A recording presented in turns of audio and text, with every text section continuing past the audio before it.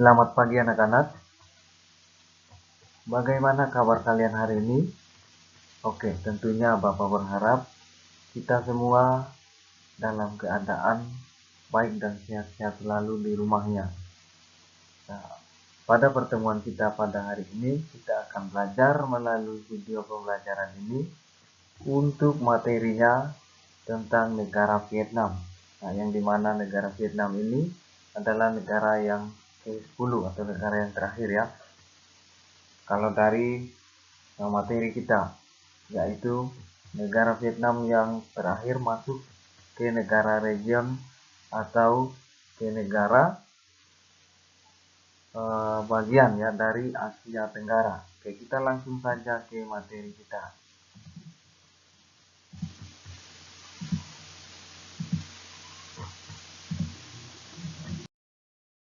Nah, ini dia identitas atau lambang dan bendera dari negara Vietnam. Nah, setelah kita melihat lambang dan bendera negara Vietnam, kita akan masuk tentang identitas negara. Oke, nama resmi Republik Sosialis Vietnam dengan ibu kota Hanoi, pemerintah Republik Komunis, kepala negara, ketua Dewan Negara, kepala pemerintah, Perdana Menteri. Untuk bahasanya Vietnam resmi. Nah, selain itu juga digunakan bahasa Prancis, bahasa Cina, bahasa Inggris, dan bahasa Khmer. Nah, bahasa Khmer ini yang mana yang menjadi kebudayaan asli di Vietnam ini. Untuk hari kemerdekaannya tanggal 2 Juli tahun 1976. Agama yang dianut di sana yaitu agama Buddha, Konghucu, Kristen, dan Islam. Untuk rakyatnya disebut dengan bangsa Vietnam atau dikenal dengan bangsa Vietnam. Lagu kebangsaannya Dien Quan Cha. Mata uang yaitu Dong. Nah, mata uang Dong ini atau uang kertas Vietnam yang terdiri dari satuan 200 dong, 500 dong, 1000 dong, 2000 dong, 5000 dong, sampai 10.000 dan bahkan sampai 50.000 dong. Nah, untuk satu dong sama dengan 10 ho gitu ya untuk mata uang dari negara Vietnam. Oke, selanjutnya tentang keadaan alam. Letak dan batas. Secara astronomis, wilayah negara Vietnam ini terletak antara 23 derajat lintang utara sampai 9 derajat lintang utara dan 105 derajat bujur timur sampai 109 derajat bujur timur. Untuk luas wilayahnya mencapai 513.120 km persegi. Dengan batas-batas wilayahnya, kalau di sebelah utara berbatasan dengan Tiongkok, di sebelah selatan berbatasan dengan Laut Cina Selatan, lalu di sebelah barat berbatasan dengan Teluk Siam, negara Laos, dan negara Kamboja. Sedangkan di sebelah timur berbatasan dengan Laut Cina Selatan. Itu ya, berarti di sebelah selatan dan timur ini kalau dilihat dari letak negara Vietnam, dia berbatasan dengan Laut Cina Selatan. Oke. Yang berikutnya tentang iklim. Nah, Vietnam di sini memiliki dua iklim yang berbeda. Nah, daerah bagian utara yang beriklim sedang dan di daerah bagian selatan iklimnya tropis atau panas. Nah, seperti di wilayah Asia Tenggara lainnya, begitu ya. Nah, sedangkan di daerah yang beriklim sedang dikenal dua musim yang berbeda, yaitu musim hujan dari bulan November sampai bulan April, dan musim panas dari bulan Mei sampai bulan Oktober. Daerah yang beriklim tropis seperti di negara-negara lain di Asia Tenggara ya, terdiri dari 3 musim, yaitu ada musim dingin dari bulan November sampai Januari, dan musim panas dari bulan Februari sampai April atau sampai Mei bahkan, dan musim hujan dari bulan Mei atau bulan Juni sampai Oktober. Oke, pada waktu musim hujan di Asia Tenggara sekitar bulan Juni sampai permulaan bulan November, Vietnam dan juga Filipina serta pantai Cina Selatan di Hong Kong biasanya dilanda angin topan. Nah, yang berikutnya tentang bentang alam. Vietnam merupakan salah satu negara yang berada di kawasan Asia Tenggara yang menempati wilayah seluas kurang lebih 325.000 km persegi dengan ibu kotanya yaitu Hanoi. Bentuk negaranya Republik Sosialis, sedangkan untuk lagu kebangsaannya Forward Soldier. Vietnam hanya berukuran 7% ya, luas wilayah kesatuan dari luas wilayah kesatuan Indonesia, hanya 7% ya, berarti paling kecil, paling sedikit luas wilayahnya.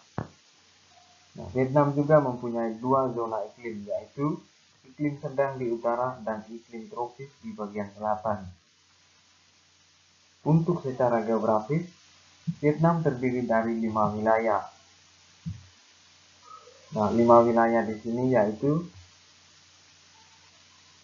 yang pertama daerah pegunungan utara yang mencapai ketinggian 3.000 meter mdpl ya. Untuk yang kedua delta Sungai Merah di mana Hanoi terletak ya, ibu kotanya terletak. Nah, di situ ada delta Sungai Merah. Sedangkan yang ketiga barisan pegunungan Annam yang berhubungan dengan Vietnam Utara dan Vietnam Selatan. Yang keempat, garis pesisir pantai yang sempit antara barisan pegunungan Annamite dan Laut Cina Selatan. Sedangkan yang kelima, delta Sungai Mekong di sebelah selatan Vietnam. Nah, dari sejumlah ciri fisik atau bentang alam yang menonjol di antaranya yaitu titik tertinggi. Nah, titik tertinggi di sini yaitu puncak Phan Xipang dengan ketinggian 3.143 meter dari permukaan laut atau dikenal dengan MDPL. Nah, titik terendahnya berada pada paras laut. Sungai utama yaitu Sungai Mekong dan Sungai Merah. Kota utama yaitu ada kota-kota utamanya, yaitu ada kota Hanoi, kota Ho Chi Minh, kota Haiphong, kota Cholon, kota Hue, dan kota Da Nang. Yang berikutnya tentang penduduk. Nah, di sini penduduk Vietnam berjumlah sekitar 91,7 juta jiwa dengan pertumbuhannya 0%.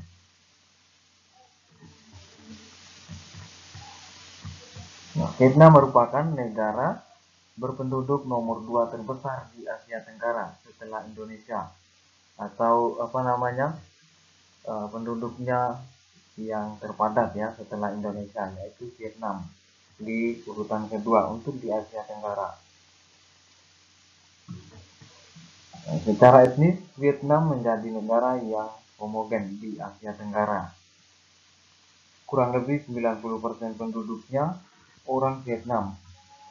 Nah, meskipun begitu, terdapat banyak etnis minoritas atau etnis pendatang, meskipun tidak sebanyak di Myanmar dan Indonesia. Nah, sekitar 85% dari 7 juta penduduk etnis minoritas tadi, etnis pendatang, Vietnam termasuk etnis minoritas asli. Berarti di sana itu banyak etnis yang datang ya, yang masuk ke negara Vietnam. Nah, misalnya wilayah tempat tinggal mereka adalah barisan pegunungan Vietnam. Kelompok yang terbesar yaitu rumpun Thai dan Among. Nah, berbeda dengan di Burma. Di Burma ini atau di Myanmar ya. Etnis minoritas di Vietnam tidak memiliki keinginan yang kuat untuk menjadikan negara bagiannya mempunyai kekuasaan. Ada sekitar 1 juta etnis Cina tinggal di pusat kota di bagian selatan kota, dari bagian selatan di kotanya ya, yaitu etnis Cina yang tinggal di sana. Sejak kaum komunis mengambil alih kekuasaan, orang-orang Tiongkok mendapat larangan keras untuk menggambarkan fakta bahwa etnis Tiongkok memainkan peranan dominan pada sistem kapitalis komunis sebelum kaum komunis mengambil alih kekuasaan sepenuhnya.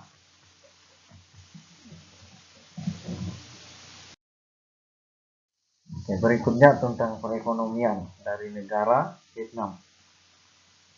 Nah, produk domestik bruto atau PDB, produk di dalam negeri ya, dari negara Vietnam mencapai titik tertinggi pada tahun 2014, yakni mencapai US dollar 186,20 miliar.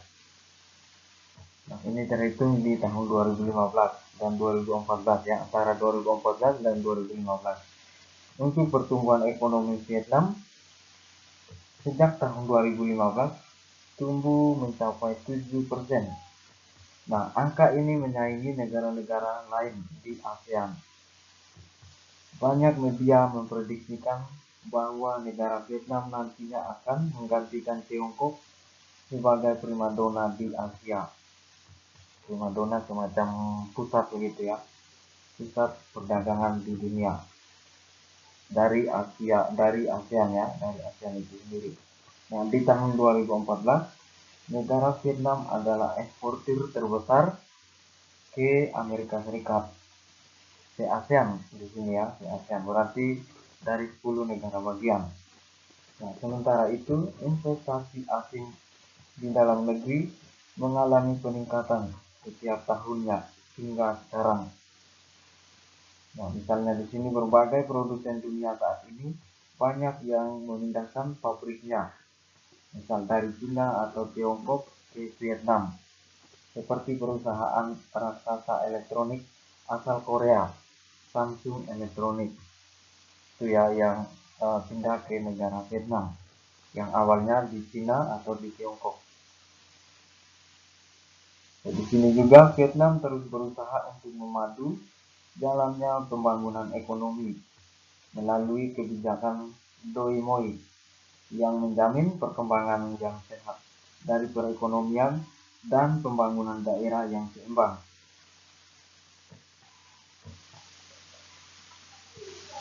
Nah, untuk pemulihan ekonomi Vietnam di sini ditopang dengan aktivitas di bidang industri, pengolahan, manufaktur, elektronik, dan pembangunan. Penawaran di dalam negeri terus mengalami pemulihan dari investasi dan konsumsi perseorangan yang terus membaik. Semakin semakin lama begitu ya, akan semakin membaik dari tahun ke tahun.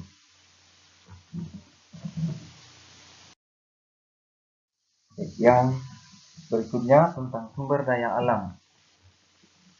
Nah, untuk sumber daya alam di sini Vietnam terkenal dengan irigasi yang sangat baik. Nah, oleh sebab itu bidang pertanian masih menjadi salah satu bidang yang memberikan kontribusi cukup besar bagi rakyatnya.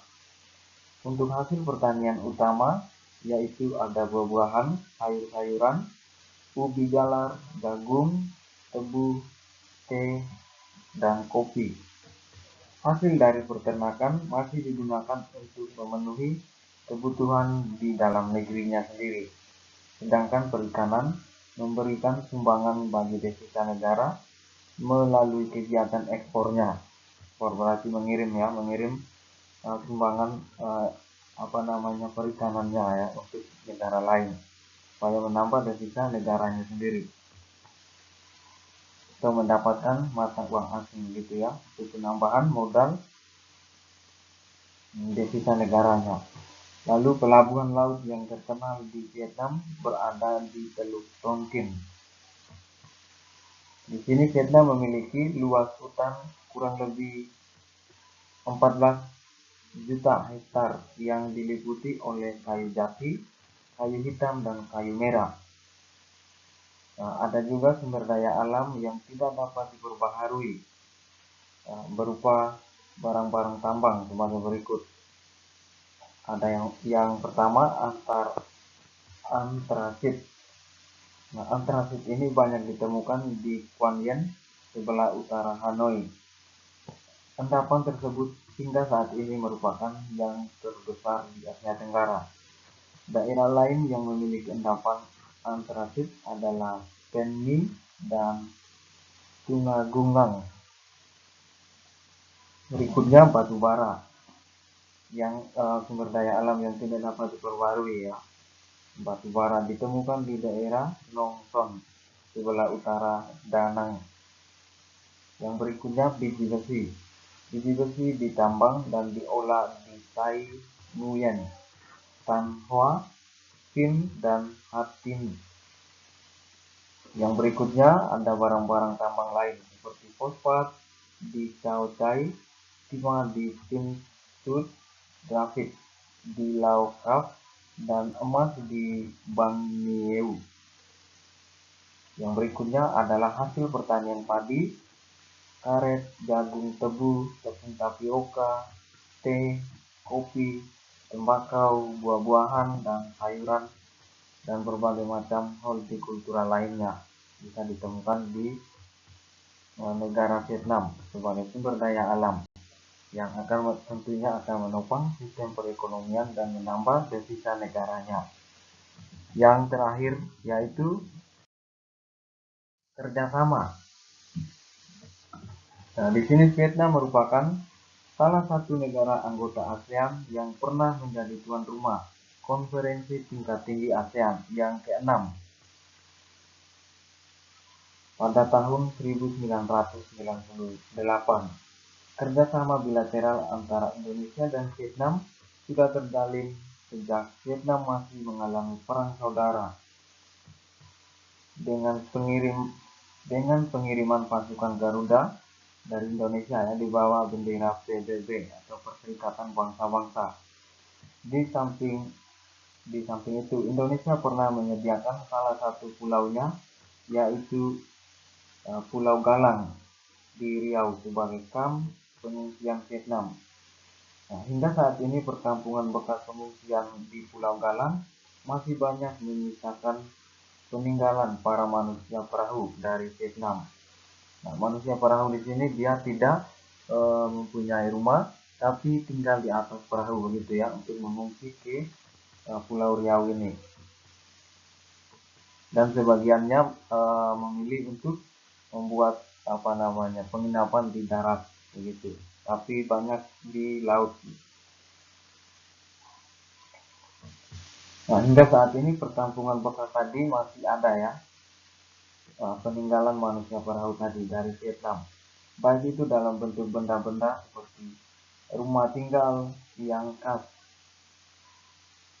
kuil, sampai adat istiadat di daerah Riau yang masih ada, masih sebagian. Nah, yang berikutnya adalah Vietnam ya untuk saat ini ya. Berikutnya untuk saat ini Vietnam menjadi anggota beberapa organisasi internasional ya, seperti ASEM, FAO, IBEF, IDA, EFC, IMF, MIGA, UNDP, UNSTAD, GSPT, UNIDO, ILO, UNESCO, WHO, dan APEC. yaitu untuk kerjasama antara negara Vietnam dengan beberapa organisasi internasional.